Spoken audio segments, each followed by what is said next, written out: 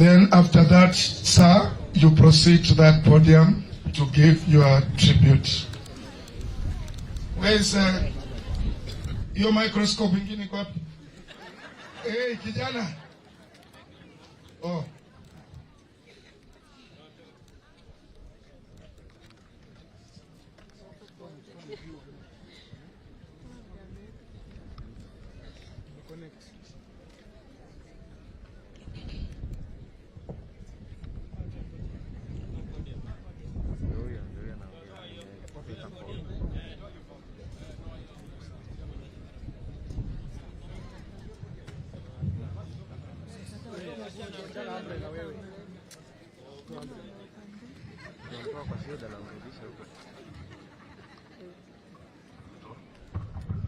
Thank you. Waombolezaji wote mjambo. Viongozi wa kanisa, viongozi wa aina mbalimbali, na wale IBC officials ambao wako hapa, commissioners wa IBC ambao wako na mimi, na wasalamia kwa jina ya Bwana. Mjambo tena. Ningependa washukuru wale ambao wamesimamia, especially yule ambaye ametupatia neno la Bwana leo, mchungaji. Neno tumesikia na tunashukuru bila mmetuombea. Hapa kuna Commissioner Boya Molu ambaye amesimama upande huu Molu, akifuatiwa na CEO wa IBC Bwana Hussein Marjan.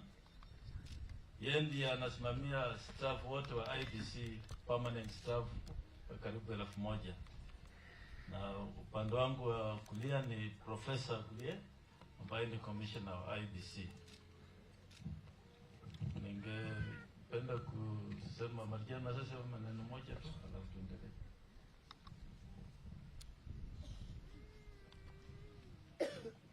Asante sana mwenyekiti wa Tume ya Uchaguzi na Mipaka Bwana Wafula Chebukati. Familia ya ndugu yetu ambaye amefariki Bwana Daniel Musyoka, waombolezaji, wahubiri, waheshimiwa ambao wamealikwa, ndugu wafanyikazi wa IBC, watu wa media, amjambo.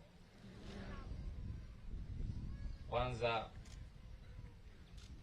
ningependa kumshukuru Mwenyezi Mungu ambaye ametupatia nafasi hii ya kuwa sote tuko hai mpaka sasa.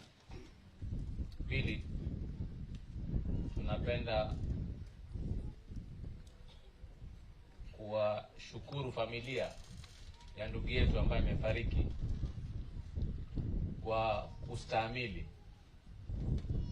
katika janga hili ambalo limewapata.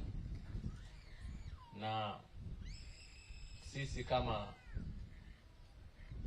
wafanyikazi wa IBC tumekuja hapa kuomboleza nao na kuomboleza na marafiki na jamaa na watu wote ambao wamekuja katika mazishi haya. Kwa kweli Mwenyezi Mungu ndio mkubwa wa mipango yote, na Mwenyezi Mungu asimami na wale watu ambao ni madhalimu, wale watu ambao wanadhulumu wengine. Kwa hivyo sisi ni kumshukuru Mungu kwa kutupatia hali hii ya utulivu, na tunaomba amani. Tunaomba mwenzetu huyo ambaye ametuacha, Mungu amweke mahali pema. Na nazungumza hivi kwa niaba yangu na niaba ya wenzangu wote hapa, lakini pia sitaki kumaliza kwa sababu kuna wakubwa wangu ambao pia ningependa waongee. Kwa sasa nasema asanteni sana kutupatia nafasi hii. Thank you. I know there are many staff of IBC here. I'm told they have their own program. So I'll go straight to read the tributes from the Commission.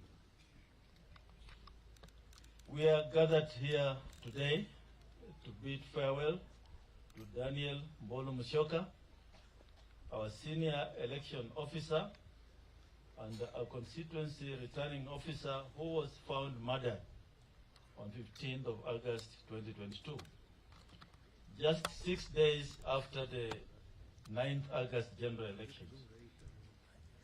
Musyoka, as we fondly knew him, had successfully conducted elections in Embakasi East, a station that he had served from April 2022.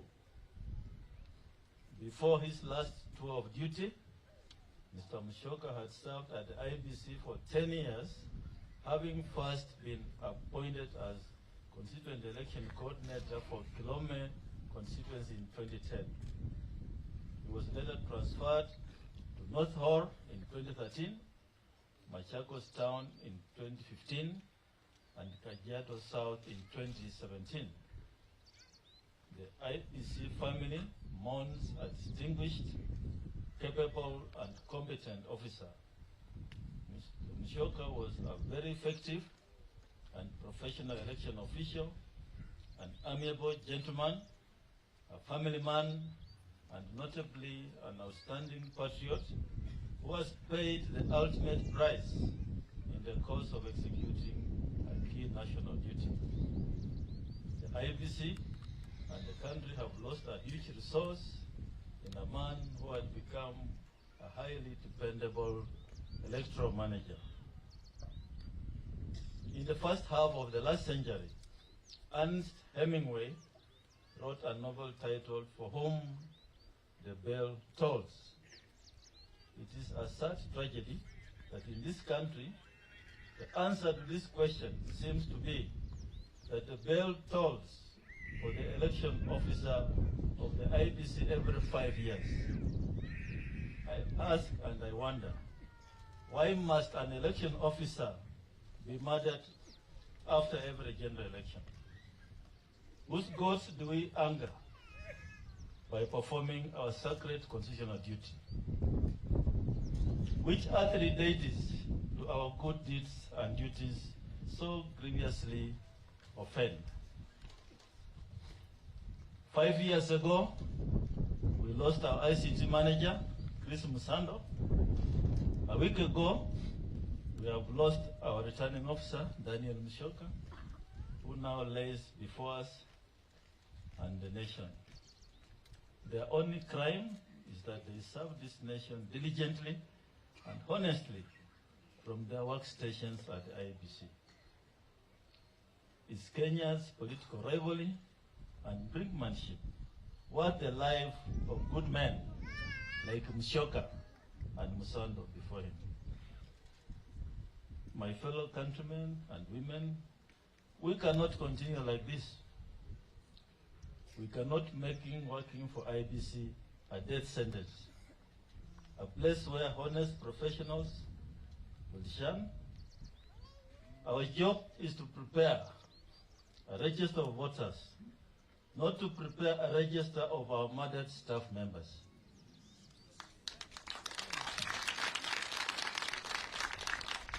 Our job is to prepare for polls, not to be prepared to be poll bearers of our murdered staff. It defies logic that with the sophistry and technological capabilities that criminal agencies have, they have not been able to resolve these mysterious murders of our staff. It's time that these agencies lift their constitutional, statutory, and operational calling and conclude investigations to see these troubling, tragic murders resolved. For as long as these murders remain unsolved, they will not only create an environment and culture of intimidation, but it also embolden the impunity of the perpetrators of these heinous acts. Serving in IBC, such a vital institution, in our constitutional order and democratic framework should not be an inherently hazardous occupation. If the staff and the independence of Kenya's institutions and commissions are not vehemently protected, the institutions will increasingly attract honest and talented men and women of integrity, which will have disastrous consequences to our democracy. My fellow countrymen and women, if we do not stop the bell from tolling for IBC, the bell shall surely toll for all our independent institutions and the country at large. Kenya is not a failed state, and we must refuse to believe that ours is a country where the rule of law can be suspended at will during the election period. In the interest of justice and for the sake of the families of our slain staff, as well as our institutional interests, as IPC, we demand a comprehensive statement of the state of investigations of these murders. The abduction and execution of IPC officers such as Musyoka, whom we mourn today, fits into an unfortunate pattern of harassment and intimidation of IPC staff. In this general election, the abuse of staff reached a very unimaginable scale. In an incident never witnessed before, Commissioner Professor Gulier, Commissioner Molu, and Mr. Marijan, the CEO, and myself were physically assaulted and injured at the National Tallying Center. That's at the Bomas of Kenya. These shameless attacks, amounting to election offenses, were perpetrated by, among others, persons regarded as national leaders in the full view of the whole nation and the whole world. To date, no one has been arrested for crimes committed against senior constitutional office holders seen live on national television. Further to date, I'm yet to hear of any human rights group or defenders condemn the heinous act that occurred at the Bomas of Kenya on 15th of August. If the leadership of IBC can be attacked in public, where there was heavy security, one cannot begin to imagine the peril of the IBC staff suffer or go through tucked away in the corners of the country. I call upon the Inspector General of Police, the Director of Criminal Investigations, and the Director of Public Prosecutions to move with speed to investigate and charge the perpetrators of these election offenses, which were geared towards subverting the will of the Kenyan people. IBC staff have suffered physical body attacks, threats to their persons and families, intimidation, and lawful arrests that can only be termed as abductions.